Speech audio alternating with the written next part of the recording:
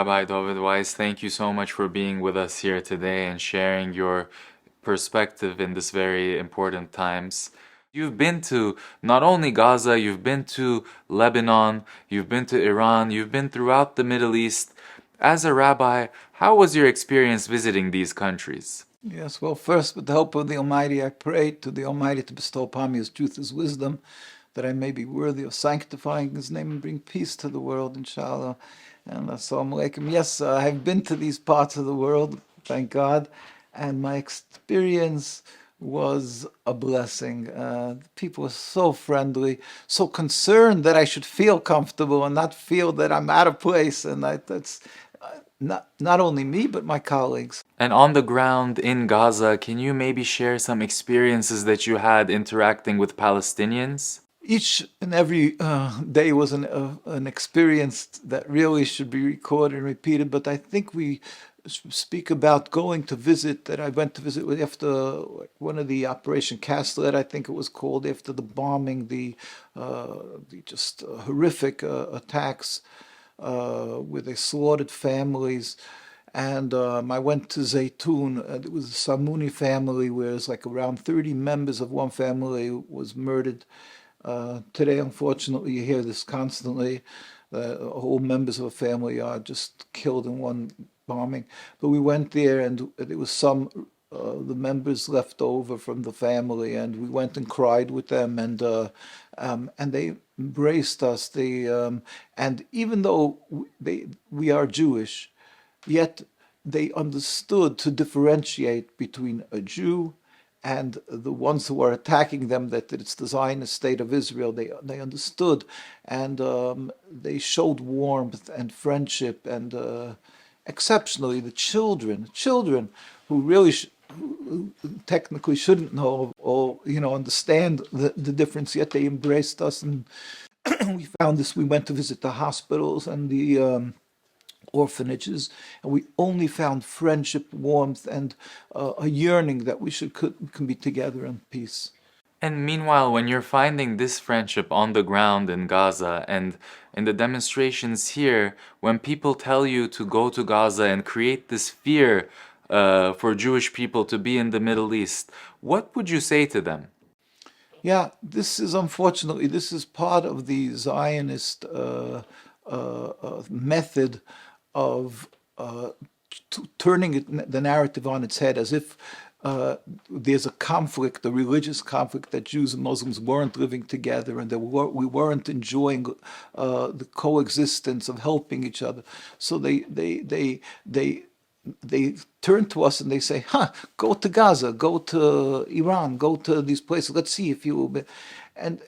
But we have heard this so many times, so many years, that we know that if there's an opportunity to sit down and talk slowly and dissect the issue, then they would have to agree that they've been duped. But unfortunately, the general system is that Zionism has a brainwashing system that around the world, that they vilify the victims, the people of Palestine and the Muslims in general, as if there's an ingrained hate to Jews, and we cannot coexist, and that creates panic and fear that the people in Israel. Now, I'm not condoning that, obviously, and it doesn't justify it, but they're so fearful, they're panicked that they're going to be murdered like by the Nazis.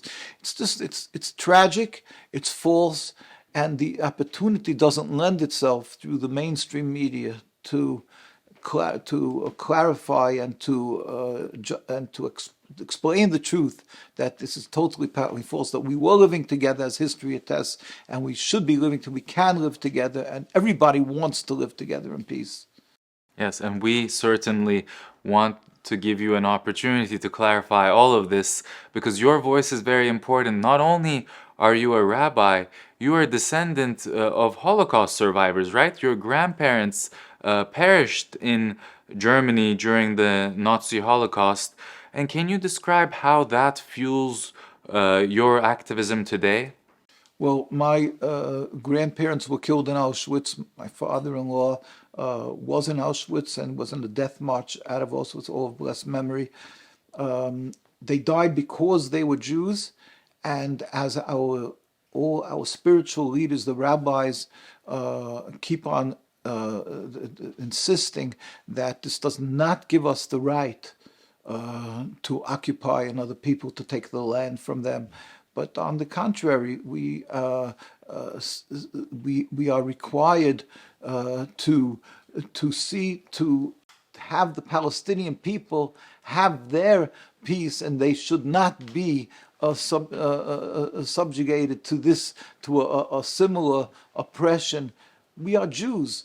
This is the requirement of a Jew, and we hope that would be the merit for our grandparents who died in Auschwitz. This is something that the community that it suffered knows the suffering has to be used for justice and good.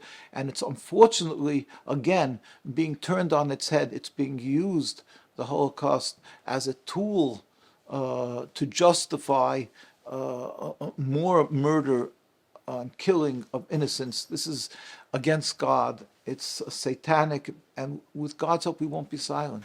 And Rabbi, what would you say to those who conflate being anti-Zionist with being anti-Semitic?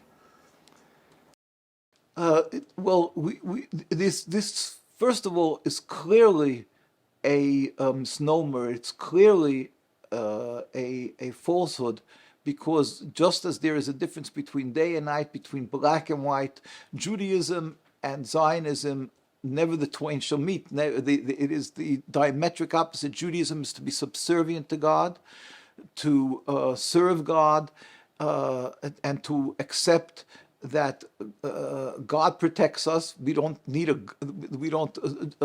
count on the gun to protect us, and we are forbidden, since the destruction of the temple, to kill, to steal, or to re-establish a Jewish state. So even in an empty land, an uninhabited land, and we are required to show gratitude to people who did us good, which is for hundreds and hundreds of years. The Muslims and Arabs and the Ottoman Empire did us. So in every facet, in every way you turn this coin, Zionism is a distinct contradiction to Judaism. Zionism is a base nationalism to have a piece of land. It has to vilify the people who are kind to us, take the land away from them, ignoring that God says don't attempt to establish a Jewish land. In every aspect, in every facet, it's contradictory, unacceptable to Judaism. The fact that the rabbis and the religious communities around the world, the very religious communities, invariably from Argentina to US to UK to Canada to Jerusalem to Al-Quds, they are all, the very religious communities are opposed not only to what's happening in Gaza today, which everybody, common sense, common decency, deems this unacceptable, but even the root, the ratification, the creation of a so-called Jewish state was immediately opposed by all the Torah authorities. So when one stands up and says, "I'm opposed to this state," you're not anti-Jewish. The rabbis demand this, and the rabbis who did oppose this, if they were living to their misfortune under the rulership of the Zionists, they were brutally beaten and arrested. And even people around the world, as we Jews in the United States, we get death threats and we get attacked physically. And recently we're seeing a lot more of that at the demonstrations. You mentioned that religious Jews in Jerusalem and Israel get attacked, but we're seeing similar things here. While the police does protect people, we're seeing Zionist mobs getting violent, throwing 100%. Bricks. We've seen. Can you describe those situations that you see this violence here? Yeah, they walk around with this aura that as if they're protecting themselves from Nazis. I mean, it is an insult, as I say, to common sense. The religious communities that are upholding the Torah, that are peaceful people, we stand out and we demonstrate, and we get brutally attacked together with the pro-Palestinian students and others who are peaceful people standing out there and making comments, making a statement, and we are viciously physically attacked. And somehow, being that the given is that the ones who are supporting Zionism, they're protecting the Jewish people, and the ones who are opposing them are anti-Semitic. So it takes a while even for the police and the press to admit, to recognize that the ones who are standing there and speaking up for the people of Palestine are the victims. They automatically look at us with a suspicious eye, as if we're some wild, inhumane people, and it's almost that we deserve being attacked. And if somebody picks up a hand just to protect himself, they'll snap a picture where he's putting out his hand to protect himself, that he's as if he's attacking. This is, I'm talking of not something that happened one day. I'm talking about years of experience, and especially since October 7th, that we are really bitterly, brutally attacked as Jews. So I like to say that, I mean, who is the anti-Semite? Who is the personification of anti-Semitism, if not the Zionist state of Israel, that is killing Palestinians, beating and killing and assassinating rabbis and Jews, and causing a hate, a rift between Jews and Muslims? They exacerbate this hate that was never there. So who should be deemed, what should be the textbook definition of anti-Semitism, if not the Zionist state of Israel? And add to that, how many soldiers of the Israel died for their cause that is a baseless, is a selfish, flawed cause of a nationalism of taking the land from others. It's not the religion. So they're creating death of Jews. Who is anti-Semitic? It's an insult to common sense to refer to the ones who stand up and plead for the lives of children, the ones who stand up and plead that they should leave the Jews alone, that these are anti-Semites. It's just beyond words, and it's criminal for the ones who prefer this charge on those on the ones who are pleading for Palestine, because it's like a lazy way of shirking responsibility. When the people are being bombed in Palestine and all, and people are pleading that you should study the case and understand what's happening, and say, oh, they're anti-Semitic, dismissing them anti-Semitic. So you're just shirking the responsibility of understanding what's happening here, and letting us, the Jewish people, who are Jews and who are labeled and are obvious Jews, when we go to the airports, wherever we go around the world, people conflate the two, and they say, oh, he's a Jew, so he's supporting the state of Israel. As everybody says, it's anti-Semitic, it's one and the same. So I get held responsible for the actions of this nationalist movement that's actually going against God and the Torah. So it's a criminal abuse of the word anti-Semitism. And you're being, as you said, held responsible because this movement is claiming that they're doing what they're doing. They're doing this in your name. They're saying that they're doing this to defend Judaism, to defend Jews, and they're doing it in your name. What would you say to those claims? That it is a malicious, knowingly false abuse of the name Judaism, and the false representation of the Jewish people, because Judaism is expressly clearly in its command that we are, since the destruction of the temple, forbidden to establish a Jewish sovereignty. And we've gone through the Inquisition, the Crusades, we've gone through 2,000 years of exile, and we had many opportunities. It was called the Golden Age of Judaism. We could have bought the land, and all the great leaders of Judaism, which was the rabbis, because that's what Judaism is, a religion. So whether it is the Rambam, Moshe Maimonides, the Ramban, Moshe ben Nachman, and all the great leaders of the Maharal of Prague, every one of them throughout the generations, when they were asked by the constituents, by their communities, maybe we should create our own sovereignty, they said, no, have patience. God is compassionate. When the time to end exile will happen, then God, with his compassion, will make this metaphysical change, where all humanity will serve him in harmony. But till that day comes, it is expressly forbidden to re-establish any Jewish sovereignty, even in an empty land, and that is respected and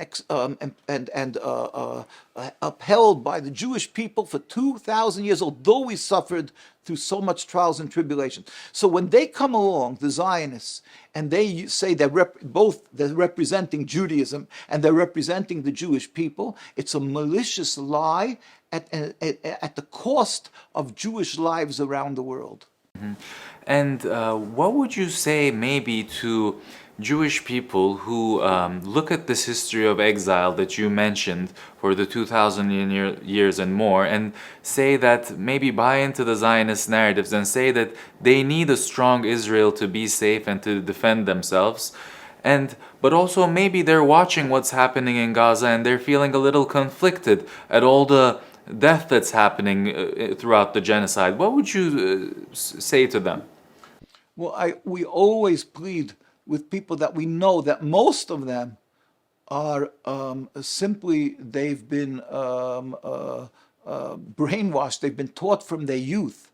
Because most of the people today obviously are not from the beginning of Zionism. Zionism is 100-odd years since the Hitler is around 80 years. So these people are children who have heard or witnessed, or at least heard, and know, have members of the family who suffered, who were murdered by Hitler. So they use this issue and they try to create an atmosphere of panic, of fear, that we need something to protect. Look, we're going to be murdered if, God forbid, if we don't establish some insurance policy, they call it, a safe haven.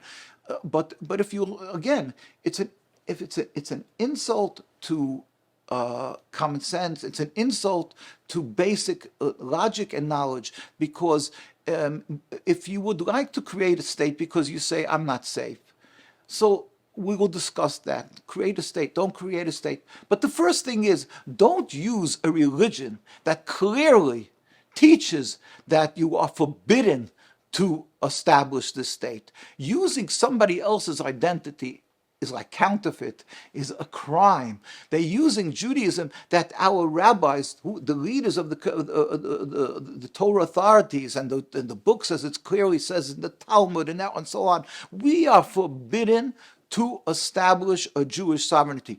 We believe that God protects us. You scorn, you laugh at that, you say God doesn't protect us. Do what you want. Pick your religion. We're not happy they make their own religion, but don't steal my religion. That comes from losing God's ethics, the morals of God. That you can take the religion that just for your convenience and use it in order to intimidate and silence opposition. So using Judaism for their selfish gains, that is criminal. But on top of that, that is the falsification of Judaism. But more than that, and again, it's rooted in blasphemy, in saying that God is weak. It's so insult to common sense, because you're claiming you're turning to God, and he say God is weak, God can't protect us. I have to take a gun to protect us, and it's forbidden, as I say, and we do not condone. I say they should call it something else. They shouldn't call it Judaism. Not that. But God forbid, they shouldn't do that either, of course, because how do you have the right to, if you want to make a land, a country, stealing it from another people, why don't you make it in the Sahara Desert? I mean, I'm not going to say you should steal Sahara Desert, but anyway, I'm saying, make it in the desert. Why are you taking another land? Why are you taking it from the Palestinian people? But even then, we would not agree to it, of course, because Judaism does not permit Jewish people of making our own sovereignty. We're an exile decreed by God. But their whole act is criminal from every aspect, from every way you look at it. And what would you say then to people who turn this on the back and trying to marginalize you? Well, if you talk, there was great rabbis who said, like, if you want to look at the majority, well, the majority could be Hindus or something. If you're looking at majority, that's not the way it works. We, as we were over 1,600,000 males from the age of 20 to 60 on Mount Sinai, accepted the Torah from God, and we accepted to be subservient to God and accept the laws. But the Torah is very exacting and clear. We were taken into the Holy Land. We were driven from the Holy Land, as King Solomon writes in his book Shir Hashirim. We are expressly we say because of our sins in our prayers, every religious Jew says, because of our sins we were driven from the land, and we're on the three oaths not to return en masse, not to the Holy Land, not to rebel against nations, not to try to leave exile. Judaism is not ultra religious, or they want to say fanatic religion. There's a Judaism is a religion that has a distinct system, the way it works, an exacting way, and we could be Lithuanian Jew, Sephardic Jew, Yemenite Jew, Ashkenazic Jew. We are all from different customs from around Europe, but you have the Ivy League of Jewish learning is Brisk in New Jerusalem. You have the Hasidic leaders, all of them. We have the compilation, the rabbis speak out, which is a compilation of all the major rabbis, the Baba Sali, the ones from Morocco, from Tunisia. Every one of the great Jewish leaders said, this is unacceptable. It's not fanatic, it's not fringe, it's the basics of Judaism. And in fact, when you go to our Jewish communities, these are distinguished, beautiful, learned communities that in the United States, it's right across from Manhattan, the largest concentration of religious communities. They are in every field. They are in every business. They are scholars, the greatest rabbinical. This is not extreme. It's the basic of Judaism. When one is ignorant of Judaism, then it's very easy to buy into, because the United Nations recognized the Israeli rabbinate, which is it was when a criminal entity comes, and in order to give them legitimacy, to give them some, they create their court system. Does that, if the mafia will create a court system, are you going to say that it's a legitimate? If Hitler created has his court system, does that make it legal or right? Or because Germany went after that court system, it's patently evil. That is what we're dealing with here. Judaism is an exacting system, and we, all the Jews who are true to Judaism, you go around the world, the very religious, from the streets of Mea She'arim in Al-Quds in Jerusalem to our streets in New York, who are following the same system that we had Judaism that was in Europe and back throughout the generations without any changing. These are all anti-Zionist. We will not accept the oppression of the Palestinians, the stealing of the land, or the mere existence of the Zionist state of Israel. It's not Jewish.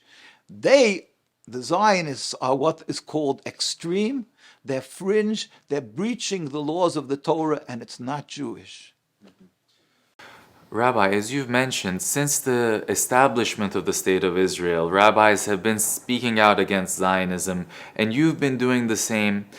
And since October 7, the whole world has started drawing more attention to this issue, and you're still at the forefront at the demonstrations, arm in arm with the students, the pro-Palestine crowd. Where do you see everything headed going forwards from this point onwards? Well, with God's help, the first thing is that we believe that there's a great God, almighty, we call him, all compassionate. So we always hope every day that this will be the day of the end of the occupation. We will see a free Palestine, a free Palestine that will be able to live together in harmony as we've had for so many hundreds and hundreds of years. That we will be able to turn to the Palestinians and say, here is back your homes.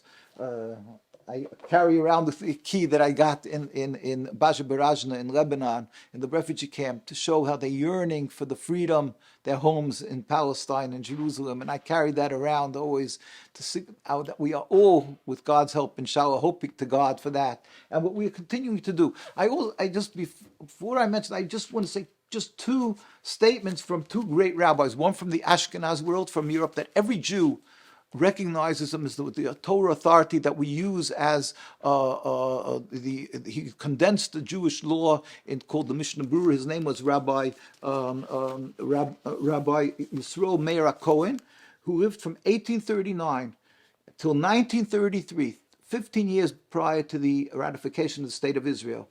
And everybody recognizes his greatness, his Torah authority. and he stated, "The Zionists are dead limbs of our people, which causes the entire body to rot."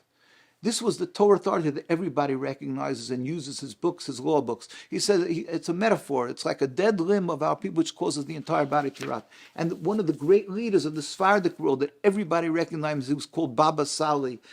He comes from Morocco, and he lived in Jerusalem many years. He was from 1890 to 1984, so well into the establishment of the state. And he said, "I hereby join the great rabbis of the Sephardic Eideh Haredus, the God-fearing community, in the holy city of Jerusalem in support of the Torah ruling that it is forbidden to participate in the governmental elections because it is against our holy Torah."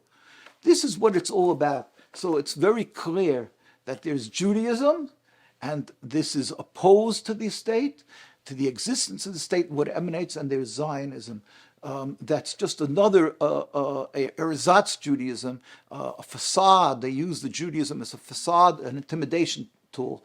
And you're asking now, since the October 7th, we've gone hand in hand together with the Palestinian people, with the people supportive of Palestine. And I can just say that we hope, like I say, that our actions, sometimes the Almighty is looking for the actions of people, and that will be the catalyst to bring the free Palestine. We don't know, and we are witnessing that just as there is so much unity, there's so much of us solidarity and standing up, at the same time there is a tremendous spring of the opposition, of the powers of government and so forth, to squelch and to stifle the voice of these people called humanitarians. I call people who's doing the work that the Almighty requires of us, and they're being intimidated, silenced, fear thrown into them because they're being thrown out of countries, and at least threatened with being thrown out. I mean, it's beyond the powers of many people to be able to stand out on the streets today. But with God's help, we will not be silent, and with God's help, we hope that God, with His compassion, will bring success to our work.